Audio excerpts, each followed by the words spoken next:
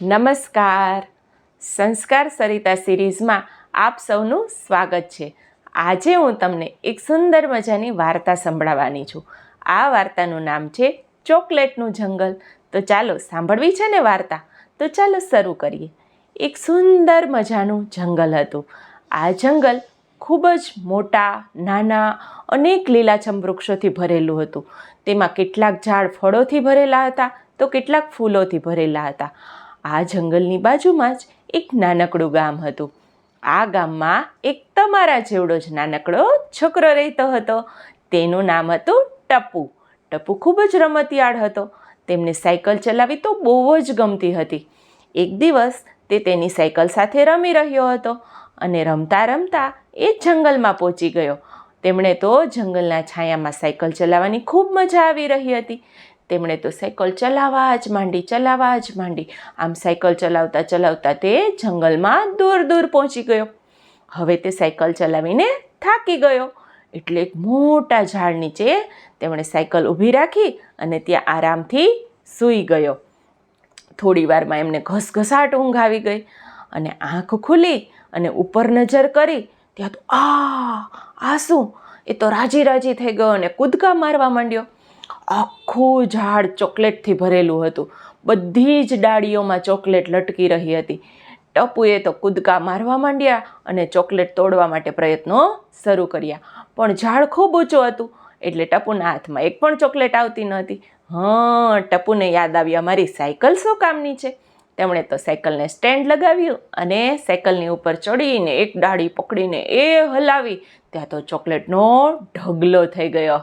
ટપુભાઈ તો બેસી ગયા ઢગલાની બાજુમાં અને એક પછી એક ચોકલેટ ખાવા જ માંડ્યા. એટલી બધી ચોકલેટ ખાધી કે એને તો બહુ જ મજા પડી ગઈ. એમનું આખું પેટ ચોકલેટથી ભરાઈ ગયું.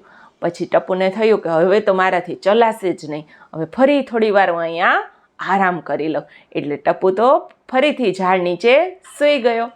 થોડી વાર થઈ અને તેમને થયું કે આ શું? અચાનક ઠંડો પવન આવવા લાગ્યો. મીઠી સુગંધ આવવા લાગી. તેમણે આંખ ખોલી ત્યાં તો ચોકલેટનું ઝાડ ગાયબ. તેમની આસપાસ એકદમ રંગબેરંગી પહાડો આવી ગયા.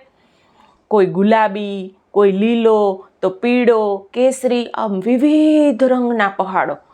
અને આ પહાડોની અંદરથી ઠંડો પવન આવે, મીઠી સુગંધ આવે. ટપુભાઈ તો સટાક કરતા ઊભા થઈ ગયા અને દોડતા પહાડ પાસે ગયા. હા, કેટલી મસ્ત સુગંધ આવી રહી છે. તેમણે તો પહાડમાં એક આંગળી અડાડી તો પહાડ તો એકદમ પોચો હતો. તેમણે પહાડમાં આંગળી ભરાવીને મોંમાં મૂકી. મજા જ આવી ગઈ. આ તો આઈસ્ક્રીમ હતો. ટપુ તો કૂદકા મારવા લાગ્યો. વાહ, આ તો આઈસ્ક્રીમનો પહાડ છે. એમણે તો એક પછી એક બધા પહાડમાં જઈ અને આઈસ્ક્રીમ ખાવા માંડ્યા. અને એમ કરતા છેલ્લા કેસરી રંગના પહાડ પાસે પહોંચ્યા.